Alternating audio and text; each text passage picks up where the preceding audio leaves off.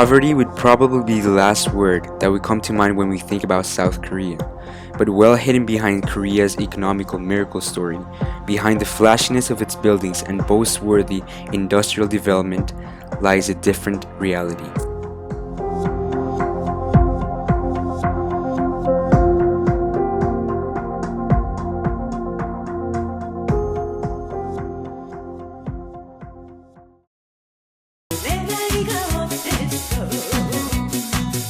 South Korea has managed to overcome the poverty that came as a result of the devastating war in the 50s. Its GDP grew from 2.63 billion to 1.84 trillion in only 50 years. It stands as the 11th wealthiest nation on earth and the 7th biggest exporting country.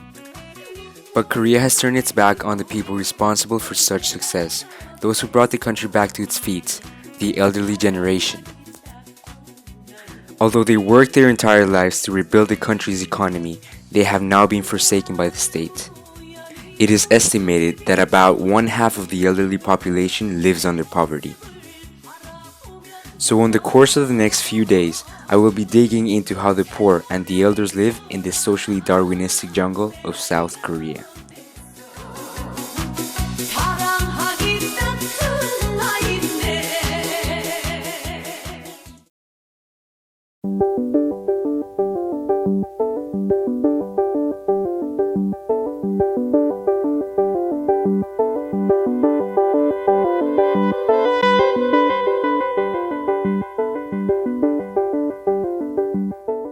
Poverty in general doesn't seem to be the problem here. The problem is who the target of poverty is. And unfortunately, in this case, it's the elders. But why? Why is this trend so prominent in this country? Well, first of all, the government doesn't do too much about it. It provides an approximate of $200, which is only a quarter of the minimum necessary to sustain a single household. But what's even worse is that about only 35% of the total retirees are actually having access to these subsidies. But after all, South Korea is one of the most capitalistic countries in the world, so don't expect too much social welfare from the government. Only the fittest are allowed to survive. Okay, but even if the government didn't do anything about it, where's the families of these people? Where are their loved ones to take care of them? Simple. Collapse of traditional family values. Yes, Korea is moving on and leaving behind its Confucianist ideological roots.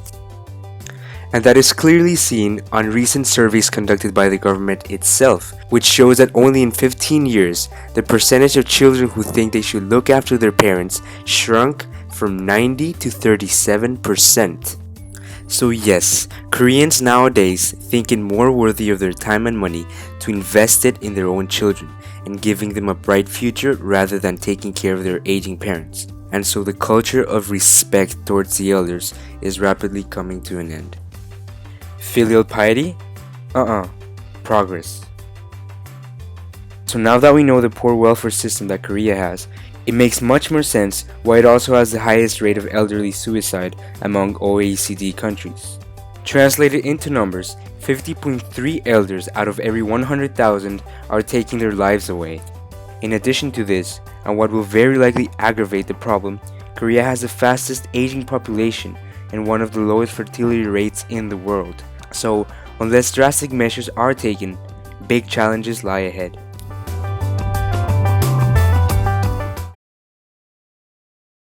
But I had to check it out for myself.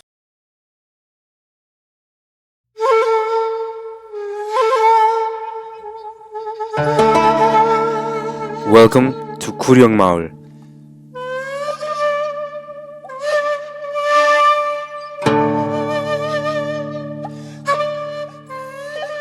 The residents of this forsaken land have been pushed away from society, rejected, and confined to live side by side with the garbage.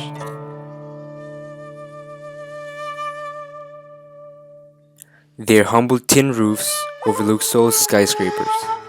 Definitely an ironical scenario. A resident of the area, whose face will be withheld for privacy reasons, told me almost the entirety of the inhabitants were elders over 60, who for lack of working opportunities and family support, created this slum. But at least, they were lucky enough to have a roof over their heads.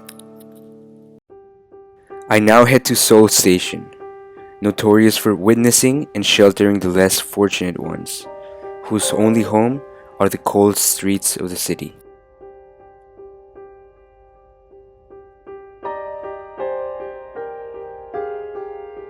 Many living here and in nearby subway stations of central Seoul suffer from government untreated mental illnesses, only to be worsened by alcoholism.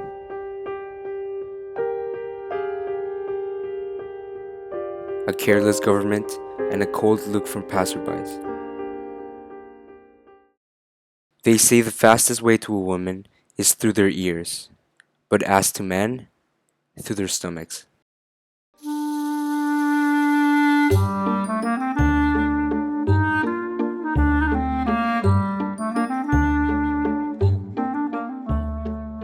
Meet Tohyun, who agreed to an interview over a warm plate of haejangguk.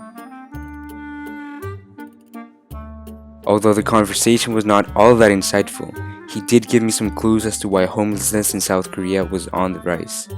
But most of all, gave me hope to know this country, as always, will get back at its feet.